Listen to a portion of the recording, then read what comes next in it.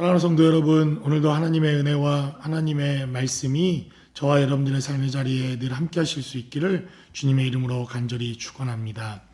오늘 본문이 기록하고 있는 마태복음 9장 27절로 38절까지 기록되어져 있는 하나님의 말씀을 통해서 우리가 오늘도 하나님의 말씀을 함께 묵상하고 나누는 시간이 되기를 원합니다. 어제 기록되어져 있는 하나님의 말씀을 통해서 마태복음 8장과 마태복음 9장에 계속해서 등장하는 기적과 이적의 결과는 마태복음 5장에서부터 시작되어지는 산상순이라고 하는 하나님의 말씀이 가르쳐지고 선포되고 증거되어지는 결과로서 나타나는 하나님의 기적과 이적이다. 이렇게 말씀을 드렸습니다. 그러니까 하나님의 말씀이 있고 하나님의 가르침이 있고 하나님의 말씀이 선포되는 곳에 기적과 이적과 하나님이 주시는 놀라운 은혜들은 너무나도 당연하게 나타나는 결과라고 하는 것을 우리가 전제로 기억해야 합니다. 사실 많은 기독교의 기적과 이적을 통해서 많은 분들이 하나님을 만나고 하나님의 은혜를 체험하고 경험하는 것이 사실입니다. 그러나 기적만을 쫓는 것, 말씀이 없는, 말씀을 제외하고 기적만을 쫓고 말씀 없는 축복, 말씀이 없는 우리의 신앙은 결국 신비주의와 잘못된 신앙생활로 변질될 가능성이 너무나도 많습니다. 그래서 마태복음 8장과 9장의 기적과 하나님의 축복을 이해하기 위해서는 제가 어제도 강조했던 것처럼 마태복음 5장과 6장과 7장에 기록되어져 있는 산상수훈의 가르침을 우리가 잘 이해하는 것이 필요합니다. 그래서 오늘 마태복음 9장에 기록되어져 있는 이 하나님의 말씀은 바로 예수님께서 공생애를 거치면서 공생애의 사역을 하시면서 주님의 사역의 모습을 한 줄로 요약해서 기록해 놓은 메시지가 오늘 본문 가운데 들어 있습니다. 그래서 마태복음 9장 35절에 기록되어져 있는 이 하나님의 말씀은 대단히 중요합니다.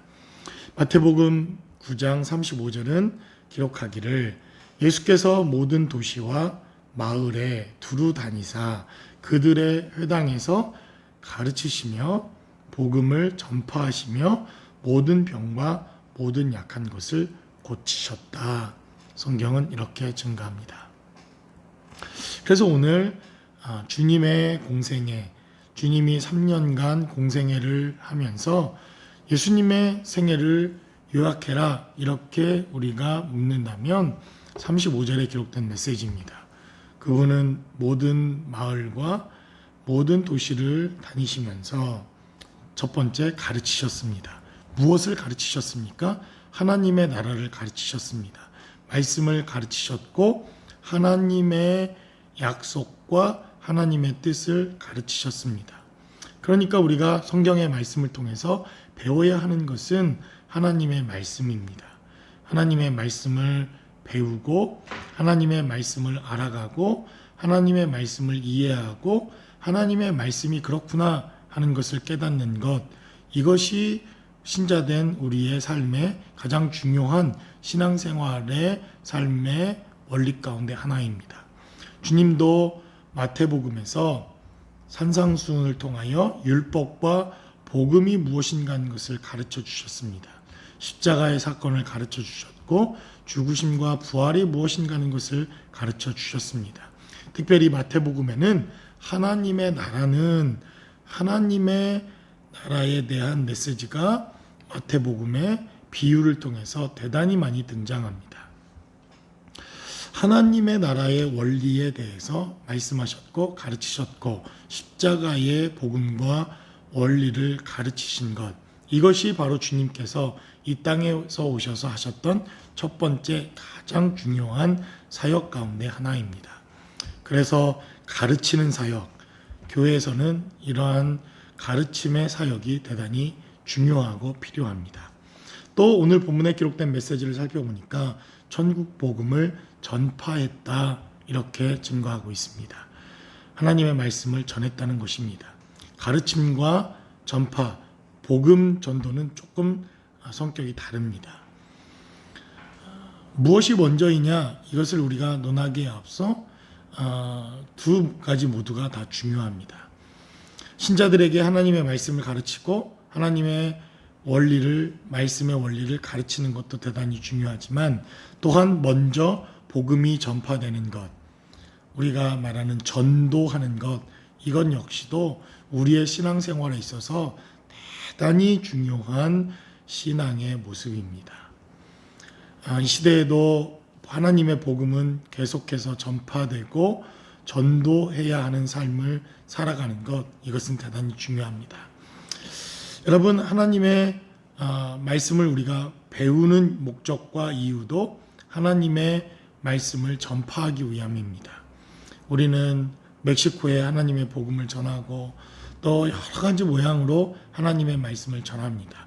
인터넷을 통해서 또 우리가 라디오 방송을 통해서 또 문서 선교를 통해서 또 직접 만나 노방전도를 통해서 우리가 하나님의 말씀을 증거하고 전파하는 것은 신자된 우리의 삶, 하나님의 복음과 말씀을 들은 우리 모든 그리스도인들에게 마땅히 해야 할 중요한 하나님의 원리와 하나님의 명령과 하나님의 뜻이라고 하는 것을 우리는 기억해야 합니다.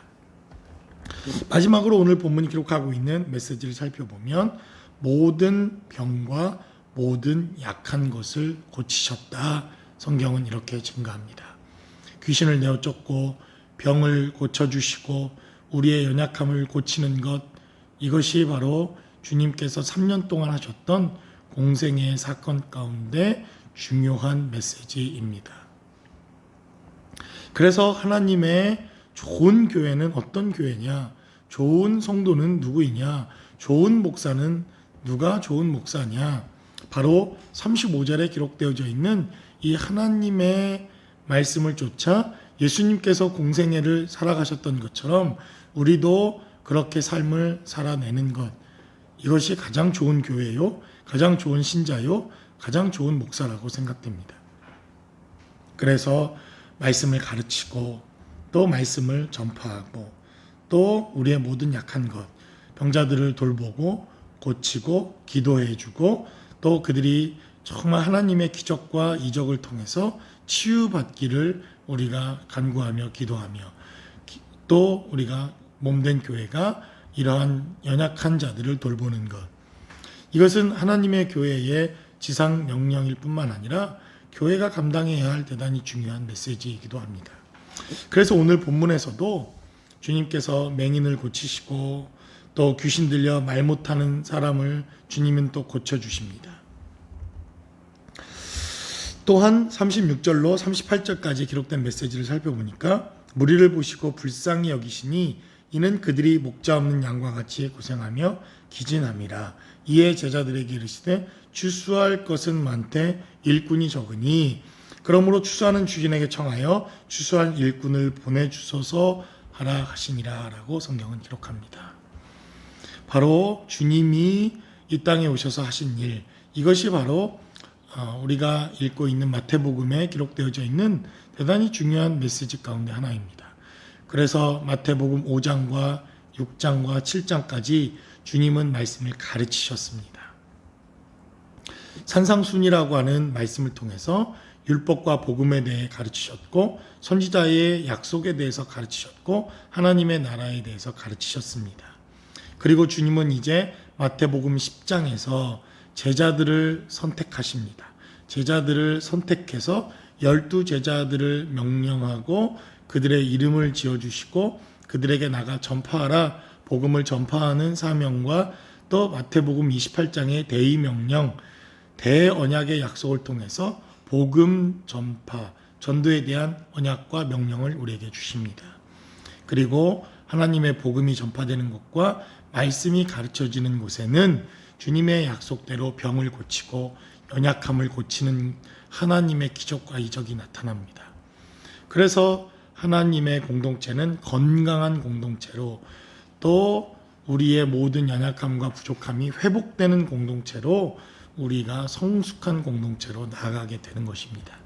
그러므로 여러분들, 코로나 바이러스로 인해 우리의 몸과 마음과 우리의 영적인 것들이 연약해져 가고 있다고 한다면 다시 고침을 받고 하나님의 약속과 말씀을 통해서 우리가 새롭게 되어지는 삶, 이것이 바로 복음이 주는 능력과 은혜라고 하는 것을 깨닫고, 저와 여러분들의 삶의 자리에서도 오늘 거룩하고 복된 하나님의 은혜와 생명의 역사가 늘 함께 하실 수 있기를 주님의 이름으로 간절히 축원합니다.